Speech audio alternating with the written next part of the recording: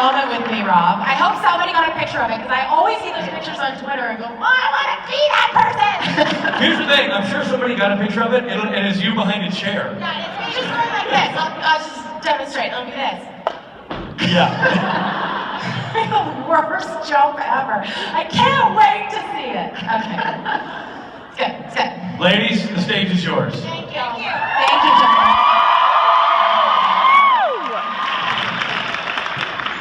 Can't see a damn thing. Is anybody out there?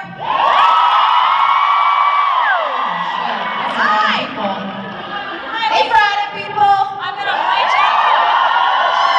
Friday people. I'm gonna hijack this for just a second. Where's Jacob? Where? Oh. Excuse me, just a moment.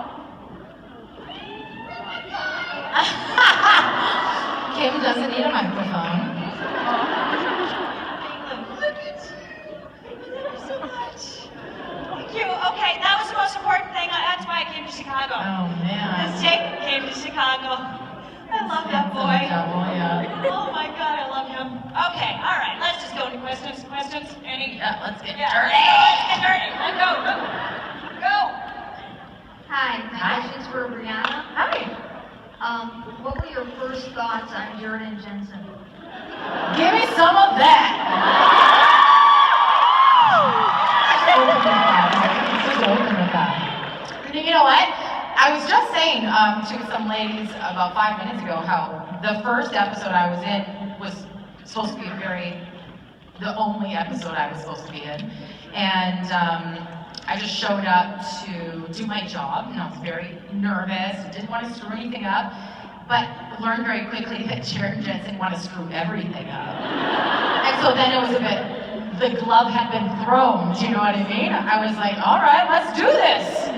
You guys want to screw around? You will have met your thing. You met your match. That's what I want to say. So they're super cute, and they're just like little puppy dogs. Yeah, but like annoying puppy dogs. But super cute, for sure. Don't forget that. That answer your question? Okay, great. She's like, stop talking. Love, what's going on here? Yeah, Bella. Okay, that's right. A lot of coffee. We found that works really well. Already it's just sweating so much. Okay. Sisters. This question's for Kim. The answer is yes. Anything you want. Did you know that on your date with Crowley, did you know that he was the king of hell? Oh, It's a good question. Well, once it started vomiting blood, I suspected. Something was amiss. That was a lesson. Yes, not only did I not know he was king of hell, I didn't know if I lived through it. They kept telling me in the episode, because last time I saw me was dead on the floor of the bathroom, and they never actually say, yeah, thank goodness we made it to Jody in time. They never said that. So I spent the entire episode when they would ask me to do, they were like, that was great, but you missed your mark. Could you do it again? I would if I were still alive! The producers kept saying, you're not dead. I was like, I haven't seen another contract. I want that in writing. So no, I didn't. But from what I understand, it's probably the last date she's been on in a while. She has, I think, give me a few more years, and I think Jody might be willing to date again. When are you 18? Would you do karaoke with me? Yes. Of course. What are we gonna sing? Should we work on it afterwards? Yes. Okay. Because we Great. should pick a song we both Meet you in the know. rehearsal hall. Yes.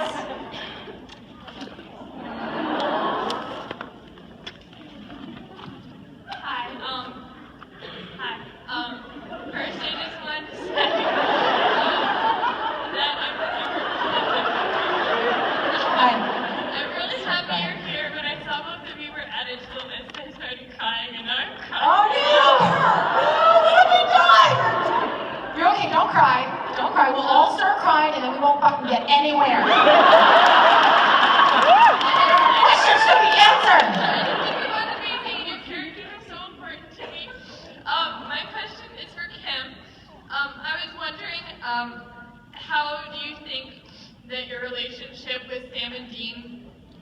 is different for each of the boys. How you think that the dynamic sometimes seems like it's different between Sam and Dean, and I was wondering if you feel that for the character. Yeah, I think it's written differently, which I appreciate because a lot of times it's easier for a female character to kind of come in and see them both as the same person, which they obviously aren't. So Jodie has a closer connection with Sam, which only on Supernatural. Well, he did shoot her son in the head, so obviously they're closer. Right? But like, to trust your child to something like that, they have bonded. They also work well together. I think the last time around you got to see her offer to Dean some like chowder or whatever it is that I made a mean bowl of.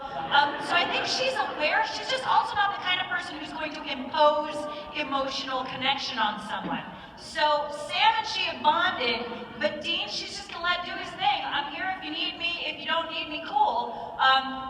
And yeah, it's definitely different. Although she's maternal towards both of them. So they're different people. So she's gonna have a different relationship with them. Thank you. Hey guys, thanks for being here.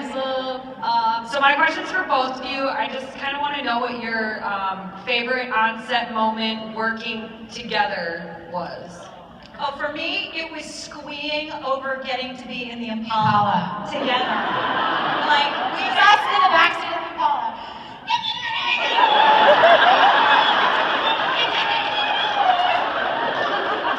Okay, go. And action.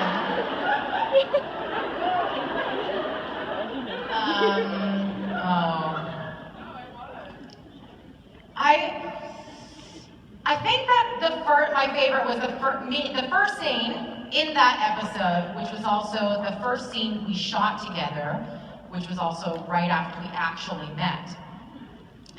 And Kim and I were filming, and I didn't know her. I mean, I met her very quickly before we just started shooting. Are you going?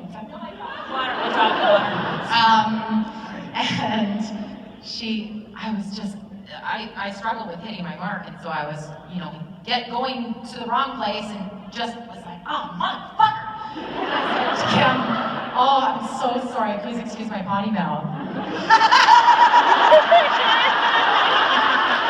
And that's exactly what she did.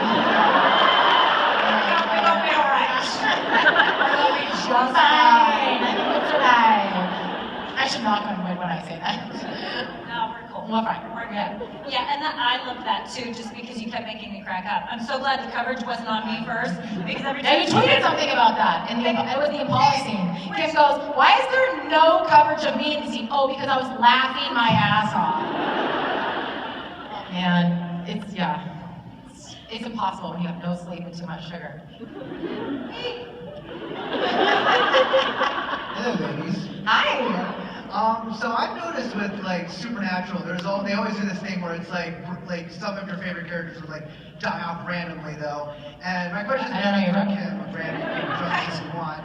I remember watching the season 8 finale, and like you were one of my favorite characters on the show. I mean, I grew up with you with Zach and Cody as well. So.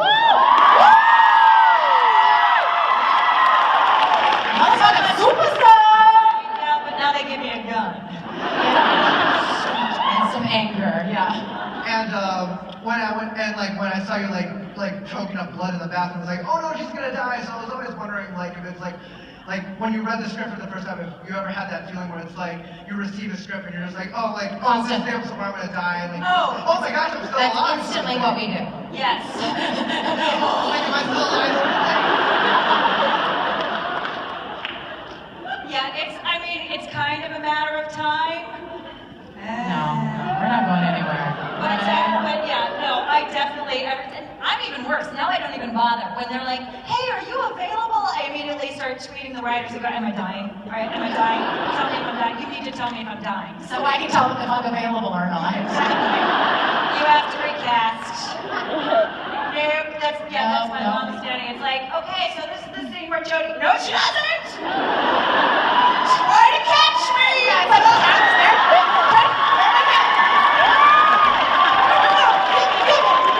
I'm not agile as us. I'm not saying much, but You can't kill me, because you can't catch me.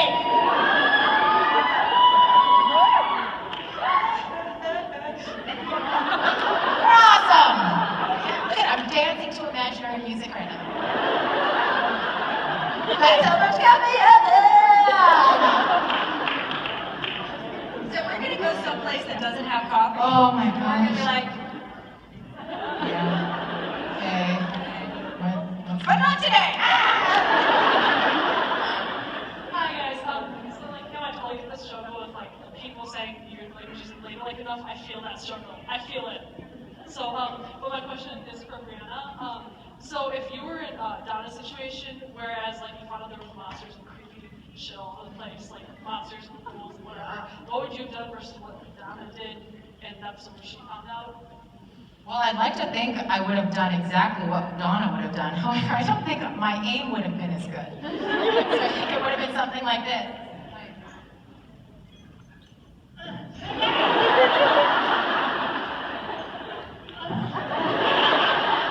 Would have been gone. So Donna's a little better at the macheteing than I am. She's also just, I think, she's just a little better at being a cop. That's more of her passion. I would have run. I would have run fast, hard, and in a dark spot. But she was like, no, I got this. Yeah, let's do this. No, okay, yeah, you betcha.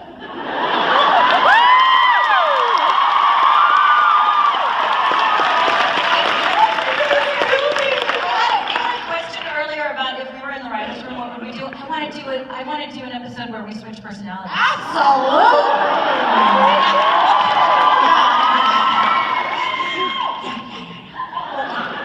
Oh, you betcha.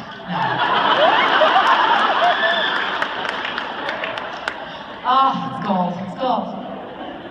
Ready? Okay. We all know that driver picks the music, so if you gals got to drive the Impala, what soundtrack would be playing? Oh man. I am all 80s Euro techno. It would be Depeche Mode Black Celebration. There's flies on the windscreen. We're talking about is us or is our characters? Oh yeah. Oh, Jody doesn't like Depeche Mode. That's our what main Jody difference. likes. When you ask what the difference between Kim and Jody is, Kim likes Depeche Mode. Mine would be probably similar to what Donna's would be, and I imagine it would be like the Beauty and the Beast soundtrack.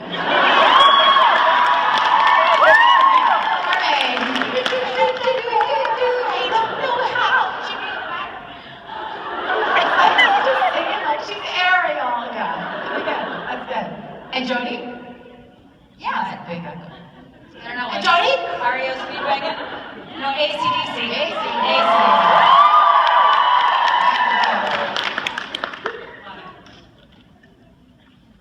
Hi, my name's Abigail. Abigail? My question is for Kim. I also grew up with Sweet Life of Zack and Cody. I loved it so much. I wanted to know if working with Jensen and Jared was anything like working with Exactly. The biggest difference is that on a set, the boys are contained. Like you saw them come out of an elevator all the time. There were 2 elevators on the set of Zack and Cody. One had an open back, so you could enter. The other one was closed. You'll notice the boys always had to come in from the one that was closed. Because that way we always knew where they were. Jensen and Jared have motorcycles. No, we lost them. We got, yeah. So, yes, it's very, very similar.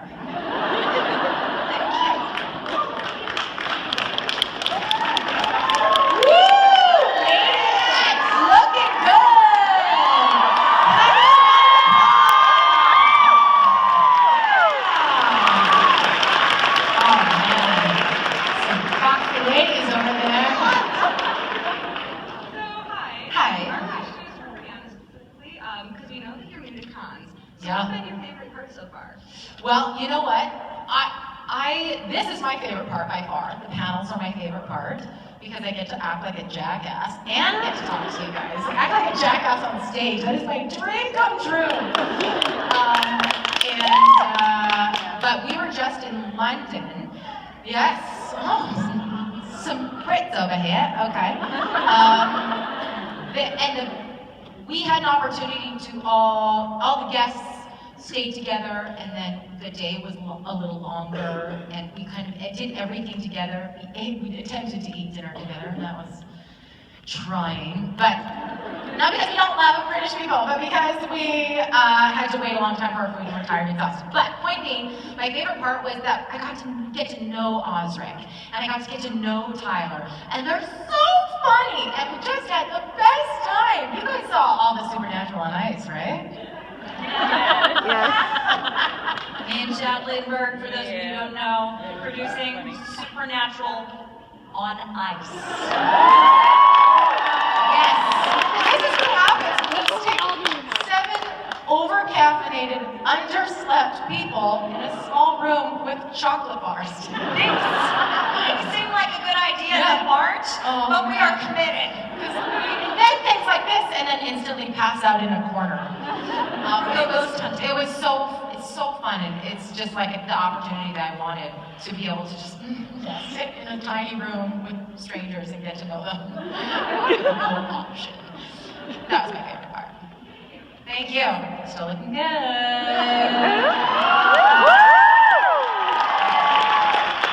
Hi guys. I'm Lindsay. I was just wanting to know if you guys had to pick a theme song for this weekend, what would it be? That also might be my karaoke song. Are you guys going to karaoke? Oh, you scared me for a second. Okay. For this con? Yes. Yeah, okay. The options.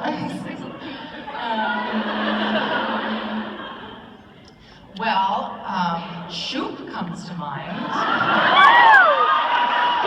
I could keep it down, ladies, right? And maybe Proud Mary. Sisters is doing it for themselves? Yes! Because they are. Boom! Yeah, we got, except for I'm working with Osric tomorrow. I'll kill him for you. Okay. Problem solved! That's what I'm doing for. Thank you. Thank you guys. Hi ladies. Hi. I just wanted to say the fact that we have 2 people characters that are still alive on this show.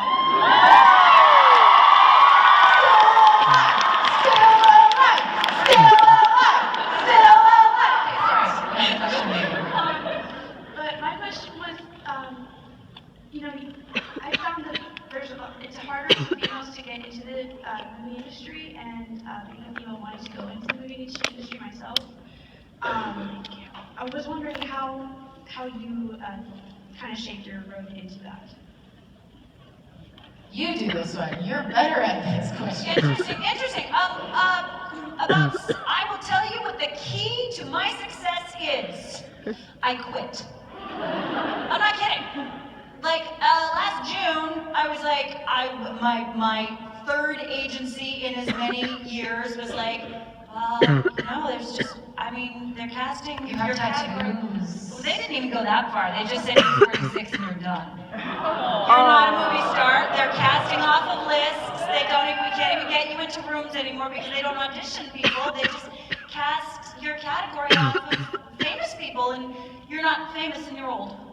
And so, in the past I've heard that at different ages, and I was like, oh, well, I'm gonna fight harder, I'm gonna try. And this time I was like, okay, so I can't be an actor anymore. What do I want to be? A unicorn! So I bleached my hair white. I put blue and purple stripes in it, and I went, fuck it, I'm gonna be happy now.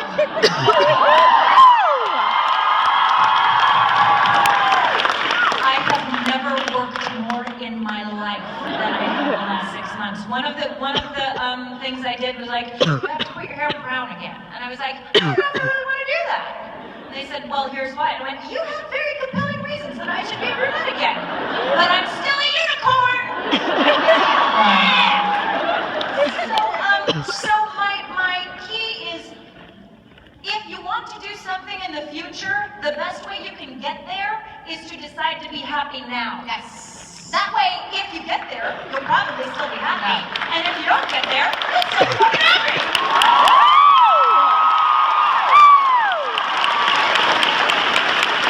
It's important to know that something outside, and this relates to everything, really, that something outside of you is not going to make you happy. Me getting a job or getting a boyfriend or losing 20 pounds is not going to make me happy because I'm fucking fabulous. Whether I have work or whether I have a guy, you gotta find it within you, and that counts for everything, right? So everybody remember that. I said remember that. Hi. Hi. I have a question for both of you. Kim, what was it like kissing Bobby? I love Sharon so much. I love him. We really only had the one kiss. How many takes? And so yeah, we screwed it up a lot. Oops, need another shot. Sorry. Oh, my back was to the cat. Oh dear, that time we fell out of frame. He's lovely and we had a lot of fun.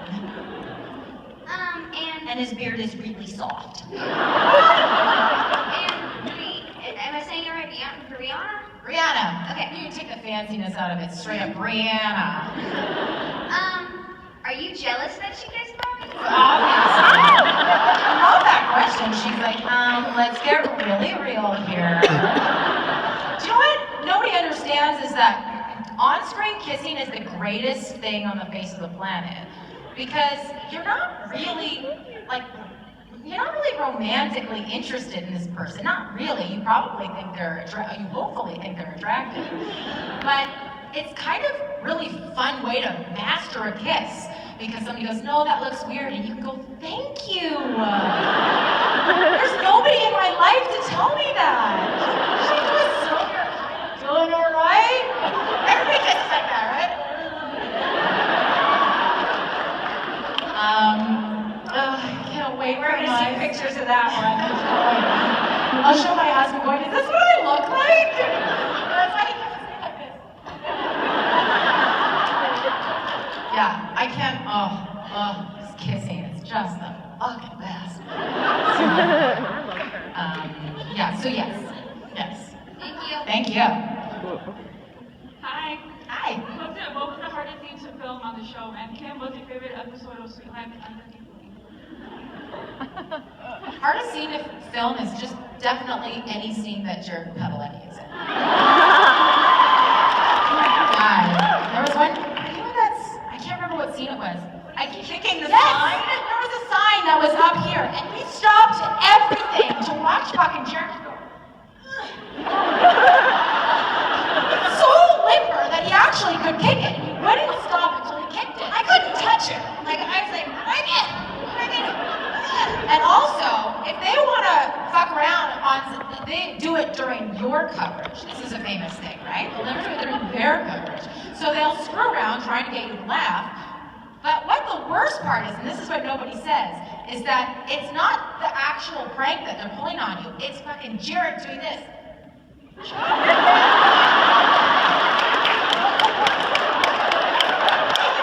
can't not laugh when somebody's like laughing at trying to make you laugh. Oh, it's the worst. Nice butt though. That's all I said. All those high kicks. Oh, It's good for the glutes. right? Okay, go. Now, okay, see, I'm so sorry. I have to preemptively apologize. Here's the thing. I shot Sweet Life of Zack and Cody 10 years ago. Do you remember what your favorite English class was 10 years ago? Because I have people come up and go, and remember when you said, and remember when you said, and I'm like, I barely remember doing the show. I think there was something with a very large bag of pretzels I enjoyed because I got to sit down. I will take this back. I don't necessarily have the famous show. My very favorite moment was something I had with Phil. And it was like a janitor Olympics or something like that. And they all had to run off, and then we were left there, and then they ran back on. And we were standing there for a really long time, and he looks at me and goes, I think I looked at him and I went, what's the soup today? He goes, I think it's the chowder. Okay, do a nice chowder. I like the chowder. Okay. And nobody got why we thought that was hilarious. Disney was like, what does that have to do with anything? We're like, that's the point! That somehow got a Seinfeld episode into the That's genius. So that was, it was those little tiny wins when I was like, I will bust out of Disney. But yeah, I don't really remember a lot of it. Like to the point where if I'm passing through and I see something, I'm like, Jill and Nicole are doing so. Oh my God, I'm in it.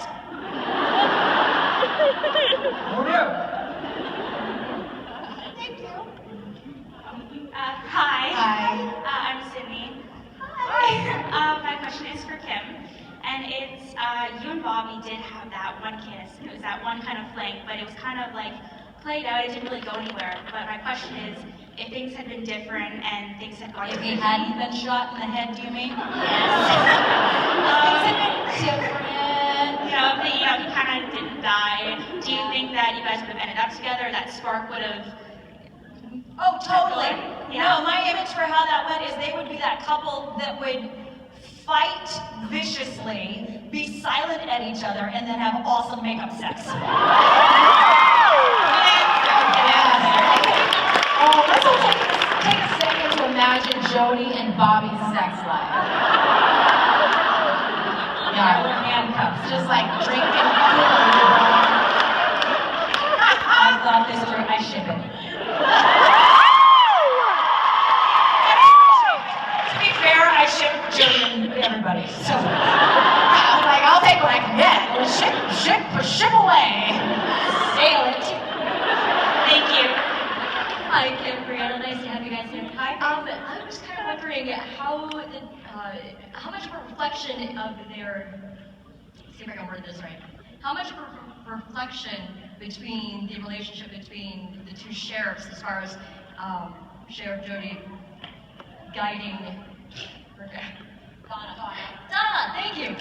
I came off a really difficult drive today. I'm so recovering. I called Mark Pellegrino Mark Shepard. And what did you say about him?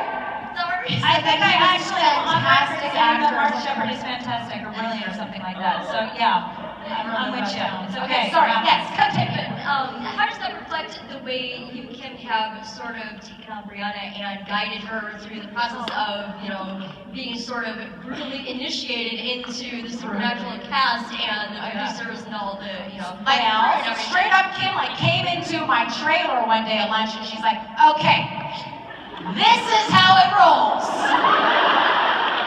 And you're going to be going to conventions? Yeah, this is what the conventions are like. This is what you do and don't do.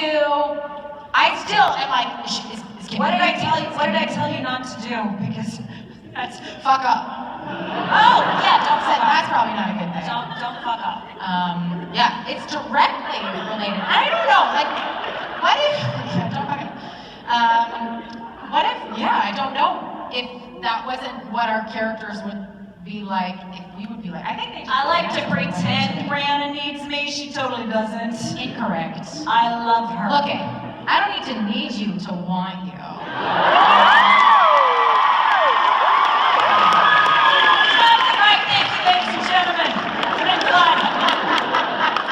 I pick my squad wisely, okay? Yeah, no, Kim is everything. I'm nothing without her. However, if something were to happen, no, I'm not saying anything. I'm not going to jinx anything. I think what we're finding is that 1 + 1 is equaling more than 2. So I think we can each handle our own when we're by ourselves, but you put us together and add caffeine. Gold, motherfucker. I mean, it's just more fun. There's I feel like there's glitter just popping out of my head right now.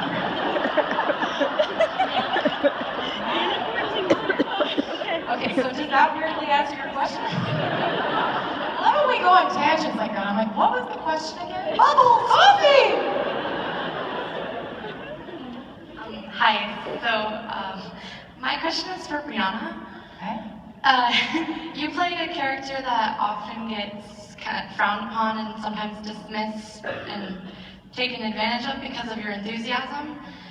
And you can see times where it starts to get to her, but she still keeps smiling and she's super enthusiastic and sees kind of the good things that are still there. And I just was wondering if you had any advice for people that kind of relate to your character in some ways. Yes, oh Lord. So, yeah, Donna has there's a lot of stuff going on, a lot of complexities, a lot that she wants and is probably scared to ask, or was at some point told that she's not allowed to ask that. And Donna is slowly learning to live for herself, right? Slowly, but it's coming, and that's the best thing you can do. What we were talking about before, live for yourself, right? I wish somebody could make me a t-shirt that said, "Hello, my name is Brianna, don't call me Sweetie Buckmaster." Because I feel like that's... I'll make it. You're cute. You make it for yourself. But that's the thing, is like, just because Donna is sweet-natured and she's optimistic doesn't mean that she can be railroaded. And so I think that people who are positive and are bubbly and are there to lighten the room, people naturally think that they're weak for some reason. But I think it's the opposite. They're there to raise the energy of the room, and they're taking that on themselves for everybody. So you own that and know that that's your superpower, right? Okay. Yeah. Got that? You got that? And also, I'm going to add in on this. There's a quick little phrase that my people like to say: go where the love is. If somebody's being a dick to you because they think that you're whatever you are that triggers them, it's not your job to change them. You can walk the fuck away.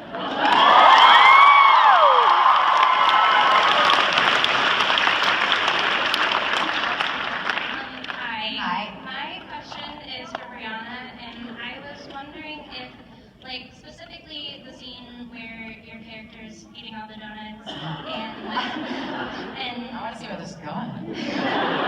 okay. And Dean comes up to you and kind of tells you, like, Any what? Dean. Sorry, go ahead. Finish it. Go ahead. Like, if you at the time knew how important that would be to people of a bigger size and how you feel about how that's impacted people in your character as a whole. Do you mean how Dean didn't it wasn't an issue for him? Yeah, My weight and my eating? Like, to me, your character, like, the whole interaction between Dean and your character is like, it's okay to be human, it's okay to be bigger, like, stuff happens, but like, I feel like even, yeah, I'm sorry. It's okay. Okay, I know where you're going with this. May I take off? Okay, so everybody repeat after me. I am more than my jean size. I am more than my jean size. This conversation, and I love that you brought this up, because I discussed it very briefly at the last convention, is that what I love about Donna is that she has insecurities as a woman who's larger than the norm on television, that was brought up, and then it was kind of not really highly discussed thereafter. It's a character trait of hers that she owns and she's dealing with, but it's not everything about Donna. It's not the best thing about Donna, it's not the worst thing about Donna. And what we need to move away from, on a whole, is discussing all women's bodies. We are beautiful, perfect beings, and what size we are does not matter. And I mean, like, women's bodies who are flawless, and I mean women's bodies who are wonderfully flawed. They're all perfect in imperfect ways. But the conversation insists, and it's because we keep talking about it. We keep talking about what a woman's body should look like, going on a diet, not going on a diet. Well, and for some reason, it's okay to portray someone who's a size 2 eating a bunch of donuts, but it's not okay to portray a woman who's size 12 eating a bunch of donuts. Yeah. And that level of body shaming and like, what the fuck?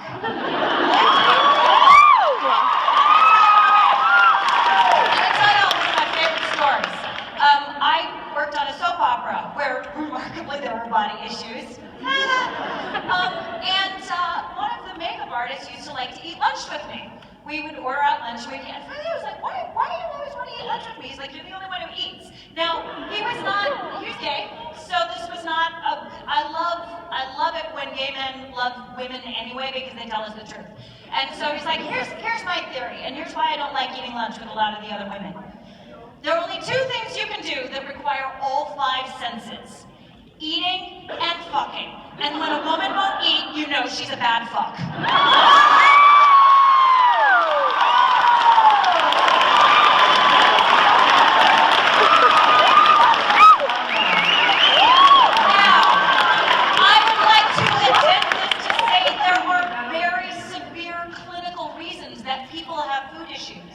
That's not what I'm talking about.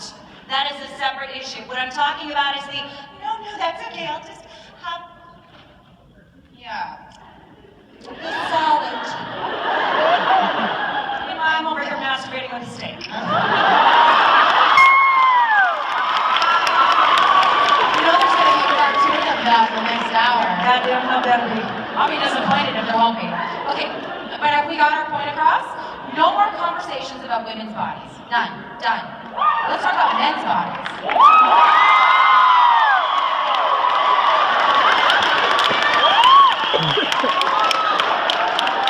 I'll talk about men's bodies all day. The conversation is done. You're perfect. Okay?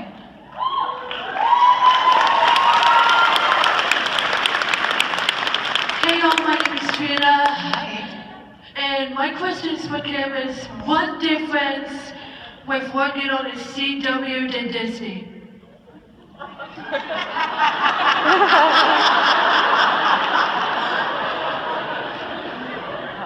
On Disney, they dyed my hair to match the background.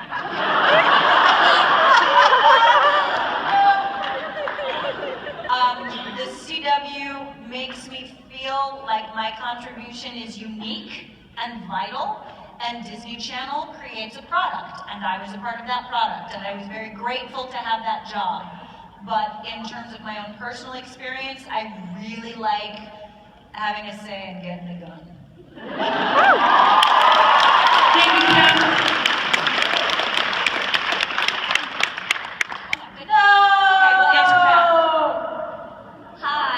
Thank you guys for coming. Pleasure's mine, ours. I wanted to ask you, what would you guys think of doing like a zany half-hour sitcom? And Done. what would you like to see? So give me the contract. Done. Sorry, that was a 2-parter. What was the last? What would you want to see in that sitcom? A zany sitcom. Well, it's going to be a half-hour though, so we were gonna remake a comedic Cagney and Lacey. No. You guys not enough? Yeah. Can we fit that in half an hour? We can do anything. Yeah. Deal. You write up that contract for us, okay? Great. I'll see you in an hour. My agent's calling. Oh wait, I don't have one. You don't need one, girl. Hi, I'm Andrea. Hi, Andrea. It's cool I'm the same age as you, Kim. My question is for both of you. What's it like working with Mark Shepard on set and off set? What kind of personality does he have? Is he here right now? I don't know, but I have a photo op with him tomorrow. Oh, sorry. He wants some jerky. Okay. I fuck around with Mark jokingly and just be like, he doesn't need any extra love. He's got all the love he needs. Mark Shepard, for reasons that he knows, is part of the reason I'm here today. In a while.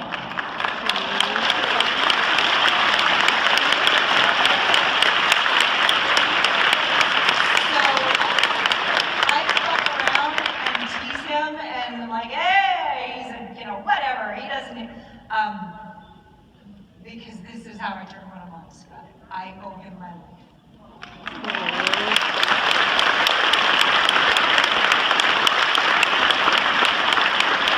And so, for that reason, I owe him my life.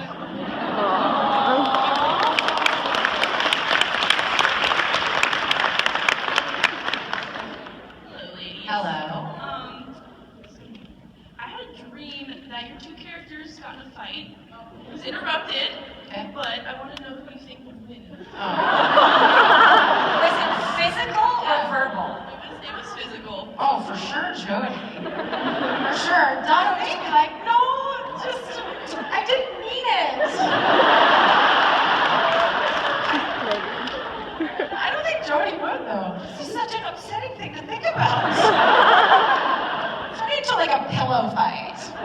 That, I think Donna would win for sure. I think she's well practiced in the pillow fight category. She's probably had a lot of them in Minnesota. Oh, that sounded dirtier than I meant. Oh. Thank you. Hello. Hello. First off, Kim, 2-3 years ago, Jim was here, and he actually told us, Jim Beaver, that the kiss with Jody led somewhere, because if you watch the scene that followed with him... She's wearing different clothes. Exactly. And he called us all idiots for not having noticed it. So there you go. My question is for you both. The Supernatural fandom is notorious for reacting strongly to any female characters interacting with the boys in any way, shape, or form. What was your reaction when you saw how warmly the characters together were received by the fandom, and then to see on Twitter we were all screaming, or most of us screaming, for the spin-off to be Jody and Donna?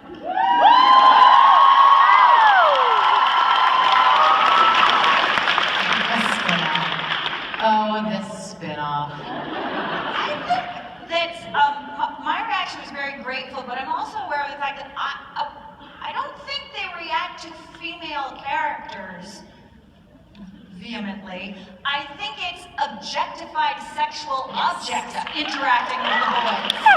That women tend to have, like, what the fuck? Because, like, honestly, if there were a character worth their time and attention, I think the fans would get, like, nobody wants to see Sam and Dean sad, but, like, nobody wants to see Sam and Dean use a chick and toss her out.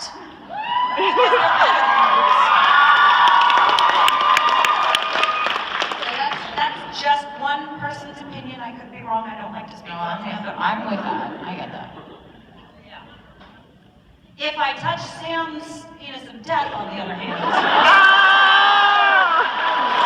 I'll risk it!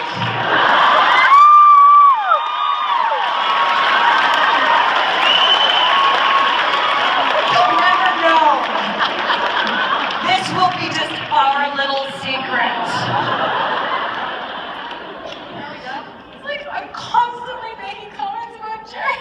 I do want to say, for the record, after one of my first conventions, I went to Jensen afterwards and was like, I owe you an apology. He's like, what? I said, I totally objectified you on stage. That's not my belief. That's not how I work, and I'm very sorry for being distracted by your lips. And no big deal. So just so you know, he laughed, gave me a hug, and said I'd be mad if you didn't objectify me.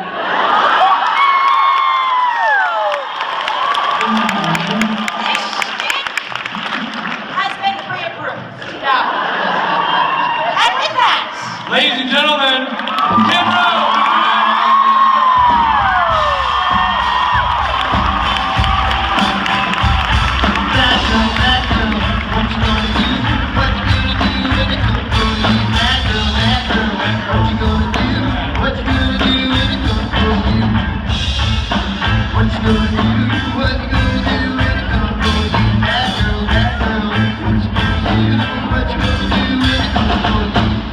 Awesome. Before we bring out our next guest, Robbie, I want to point something out. Okay. I think there's a lot of new Friday people here, and they need to know that we went to great pains to make them their own jersey. Yeah. It says appropriately, Dick loves Friday people. And it also makes the obvious point that Friday people love Dick.